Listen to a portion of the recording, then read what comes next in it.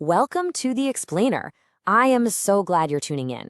Today, we're taking some really complex data and breaking it down into clear, practical takeaways that actually impact your everyday life.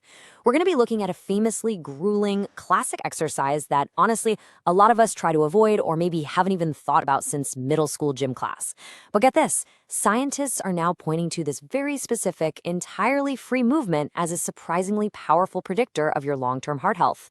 Yep, we're talking about the humble push-up. Right off the bat, before we even look at the data, I want you to ask yourself a super simple question. How many push-ups can you do right now? Like if you had to drop down this very second and do as many strict, consecutive push-ups as possible without stopping, what's your number? Is it 5, 20, 50? Really lock that number in your head because we're going to see exactly what that specific number might be saying about what's going on inside your cardiovascular system.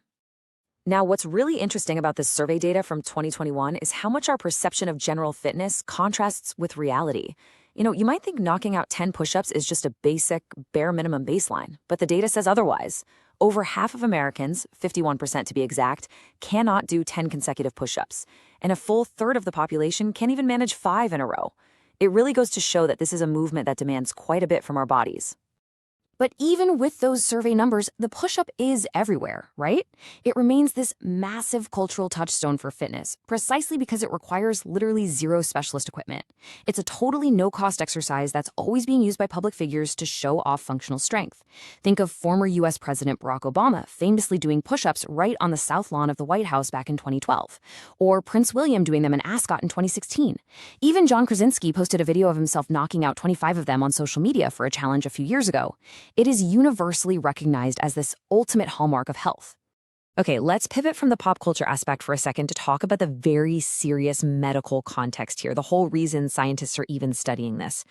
Heart disease is absolutely the most common cause of death in the US, and globally, it is devastatingly prevalent, linked to a massive 19.8 million fatalities every single year. With numbers that high, researchers are constantly desperately searching for accessible, accurate ways to predict and prevent cardiovascular events before they happen. Section 1, the Harvard Firefighters Study. That exact search for better predictive tools led to this absolutely fascinating, groundbreaking piece of research by Harvard scientists. They wanted to see if a simple physical test could actually forecast complex internal heart health in middle-aged men. Let's trace their 10-year timeline, because it's really cool. In year 1, they established their baseline. They took 1,100 active male firefighters, average age of 40, and made them do a push-up test. Then, for the next decade, years 1 through 10, they simply monitored them. The researchers had the participants report any major cardiovascular events. We're talking things like coronary artery disease or heart failure. Fast forward to year 10, and the study had recorded 37 of these cardiovascular-related events among the group. Now, before we look at the results, we absolutely have to understand that year 1 baseline test. These were not your casual, sloppy, half-rep gym push-ups. No way. The researchers instituted strictly controlled parameters to make sure the data was incredibly clean. First, the guys had to maintain a rhythm of about 1.5 push-ups every second. They actually used a metronome. Second, the form was totally non-negotiable. Standard hand placement, legs extended fully straight, toes on the floor, and they had to bring their chest all the way down to the floor and push all the way back up. Finally, the test was over if they hit 80 push-ups, if they stopped from exhaustion, or if they missed 3 or more beats of that metronome pacing. Like I said, highly, highly controlled. Section 2, the magic push-up numbers. Okay, let's dive into this. What did that decade of tracking actually reveal? Well, it showed a staggering drop in risk. The researchers used the guys who could only do 10 or fewer push-ups as their baseline for the highest risk category. Compared to that baseline group, if a participant could do 11 or more push-ups, they experienced a 64% lower risk of a cardiovascular event over the next 10 years. And it gets better. Those who knocked out 21 or more saw a 75% lower risk. And the absolute climax of this data? Those who could do 40 or more strict push-ups had a massive, incredible 96% lower risk of suffering any heart problems compared to the baseline group, a 96% reduction. Go ahead and get that personal push-up number you thought of earlier back in your head right now. You might be wondering, how did those 1,100 active firefighters actually perform on the day of the test? The sweet spot, where most of the participants landed, was right in the middle, 21 to 40 push-ups.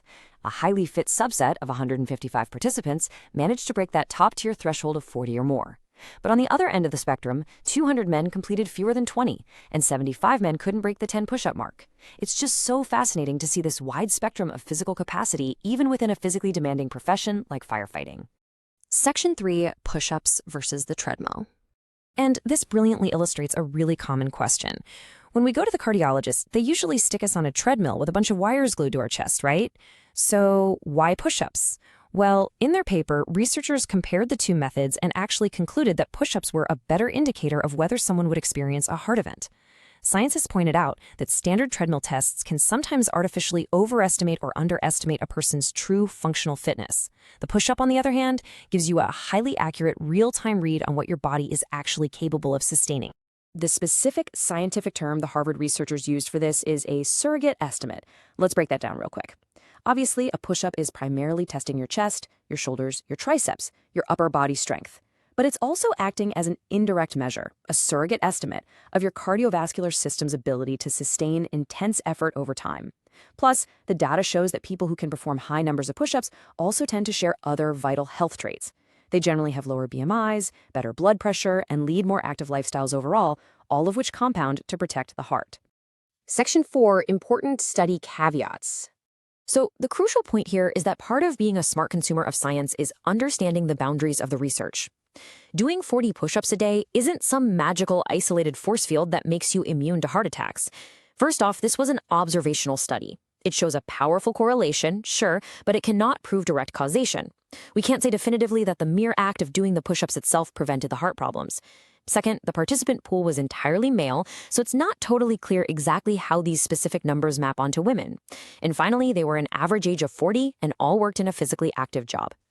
Ultimately, this means doing push-ups acts more like a dashboard indicator of a generally healthy lifestyle for this demographic, rather than a standalone medical treatment.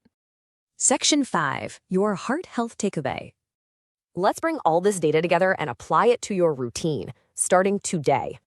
Dr. Edward Phillips, a physical medicine professor at Harvard, really hits the nail on the head regarding the pure accessibility of this metric.